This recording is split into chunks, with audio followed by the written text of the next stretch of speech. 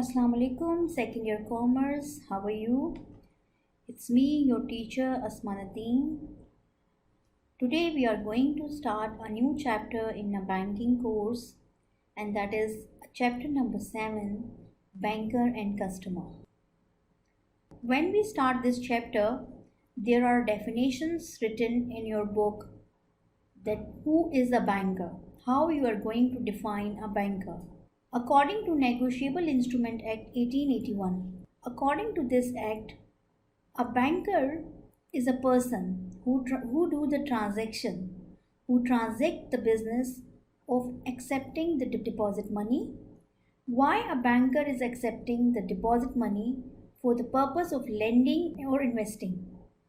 We discussed this many times in our previous classes that all the commercial banks, they receive the deposit from the public and they use the deposited money for the purpose of lending, means they give loan, or they invest that money into other businesses. And this money which they accept from the general public is repayable on demand. Whenever a customer will ask their money back, depositor will ask their money back, they are bound, they are obligated to repay the demanded money, or otherwise and withdrawable by check. Like, what does it mean over here? It means whenever a depositor will write a check, he will make a bank draft or order, or otherwise, means there are other methods as well where customer, or you can say depositor, can take his money out from the bank. A better word, you can say, can withdraw his money from the bank. So if a depositor wants to withdraw money, he can write check, draft, order, or otherwise. It means there are more methods to withdraw the money from the bank. So according to Negotiable Instrument Act 1881, banker is a person who transact the business. What business? Accepting the money from the general public and lending that money or investing, and that money is repayable on demand. If we see another definition written in your book by Gilbert, a banker is a dealer in capital, or more properly a dealer in money. He is an intermediate party between the borrower and the lender.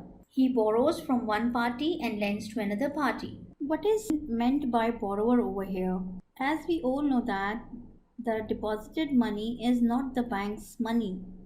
The deposited money is a liability on a bank. So the people who give the money, who keeps their money in a bank, or you can say the depositor are the borrower for a bank. He is the intermediate party between the depositor and the lender. And over here, the borrower word is used for the depositors. So now how you are going to define customer? A customer is one, I'm reading the second definition. A customer is one who has an account with the banker, or for whom a banker habitually undertakes to act as such. What does it mean? It means a customer is a person, when he opens an account in a banker, then banker, they undertake to act as such. Means they undertake to deal with the customer as he is instructed, or you can say as a banker is guided. He undertakes to act as he is guided. Okay, now read the second definition of a customer, the last definition on this slide.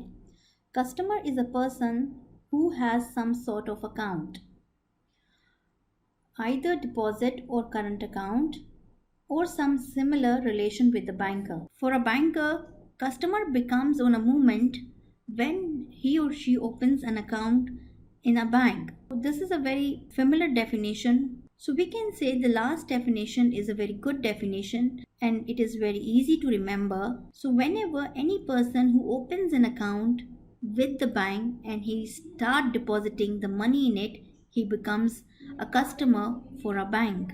Moving to the next slide, we see the basic relationship between banker and customer. So the very basic relationship between banker and customer is either creditor or debtor creditor. So now we will see in depth what we mean by creditor debtor and debtor creditor.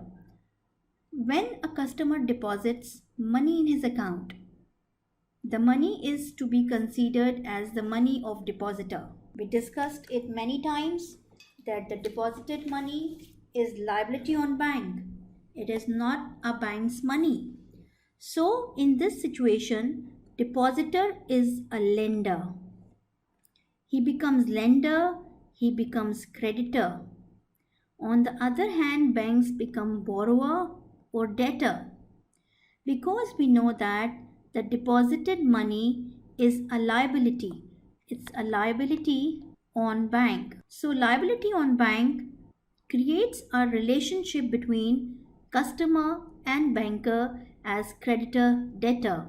Here creditor is customer, or you can say depositor, or you can write customer,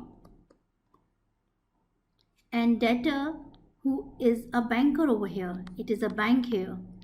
This is the basic relationship.